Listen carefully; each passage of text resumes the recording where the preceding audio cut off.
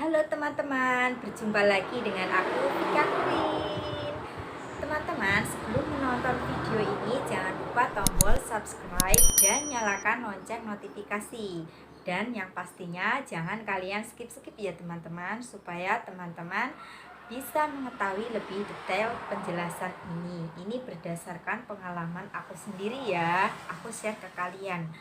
Nah teman-teman, 4 langkah mudah menulis novel untuk kalian pemula. Nah, yang pertama, kalian harus banyak membaca judul novel. Nah, kenapa aku sarankan kalian harus banyak membaca judul novel?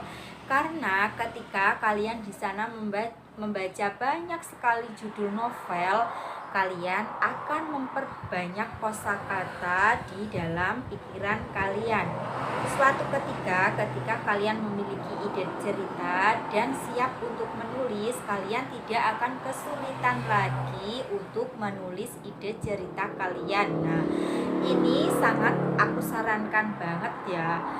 Dan tidak aku sarankan buat kalian yang pemula tiba-tiba ingin menjadi penulis dan langsung ingin menulis, kecuali kalian yang sudah memiliki bakat di bidang literasi. Tapi kalau yang belum seperti aku sarankan banget untuk membaca dulu. Nah, biasanya tidak cukup membaca satu judul novel aja, tetapi membaca lebih banyak, dan lebih banyak. Supaya apa? Supaya itu tadi sudah saya jelaskan ya, supaya banyak kosakata di dalam pikiran kalian, di dalam imajinasi kalian. Nanti kalian bakalan punya gambaran seperti apa. Tetapi aku tidak menyarankan kalian untuk memplagiat suatu karya ya. Tidak menyarankan kalian untuk memplagiat suatu karya. Nah, kalian hanya perlu misalkan dari realitas saja apa sih yang sekarang lagi tren.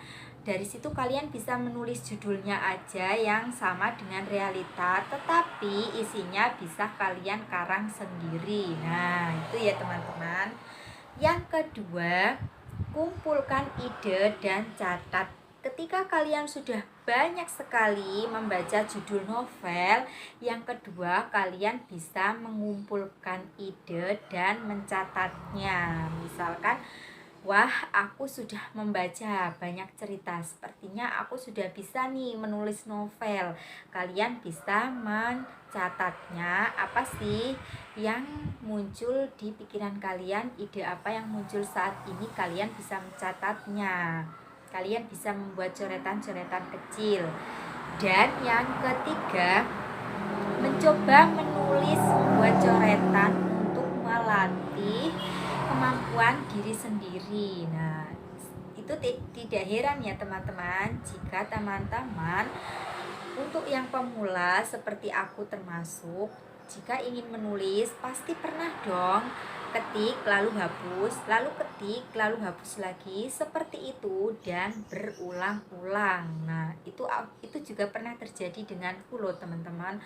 Nah, itu teman-teman bisa melatih kemampuan diri untuk mengetik, bisa di ponsel kalian atau di laptop kalian. Nah, itu tidak masalah, ketik hapus itu kan untuk melatih kemampuan teman-teman. Jika masih belum mampu, teman-teman bisa membaca judul novel lebih banyak lagi. Tapi ingat, tidak boleh memplagiat karya orang lain ya, karena disitu sudah didaftarkan di hak undang-undang perlindungan suatu karya. Dan yang keempat, menulis kerangka dan latihan mandiri. Apa sih menulis kerangka dan latihan mandiri? Tentu kalau kita ingin membuat suatu karangan ide cerita, tentu kita harus membuat suatu kerangka isi cerita itu dulu dong. Nanti judulnya akan kita beri judul apa, kemudian tokoh utama dan tokoh protagonisnya itu nanti seperti apa, tokoh antagonisnya itu nanti kita bikin seperti apa, terus konfliknya itu mau kita bagaimana, maunya kita, terus konfliknya itu maunya kita mau bagaimana. terus klimaksnya itu mau kita buat seperti apa. Nah, contohnya seperti itu. Jadi kita buat coret-coret dulu dan kita berlatih mandiri. Kenapa harus berlatih mandiri? Terkadang kalau kita diajari oleh seseorang, ada seseorang yang menjadi tutorial kita, kita itu masih belum paham ketika kita sendiri belum terjun ke dunia literasi yang akan kita coba. Nah, teman-teman bisa mencari di website dengan yang sesuai kebutuhan teman-teman. Jangan pikirkan yang lain dulu. Masalah PUB itu bisa belakangan ya teman-teman. Yang penting teman-teman ada kemauan dulu. Yang penting teman-teman ada kemauan dan teman-teman mampu.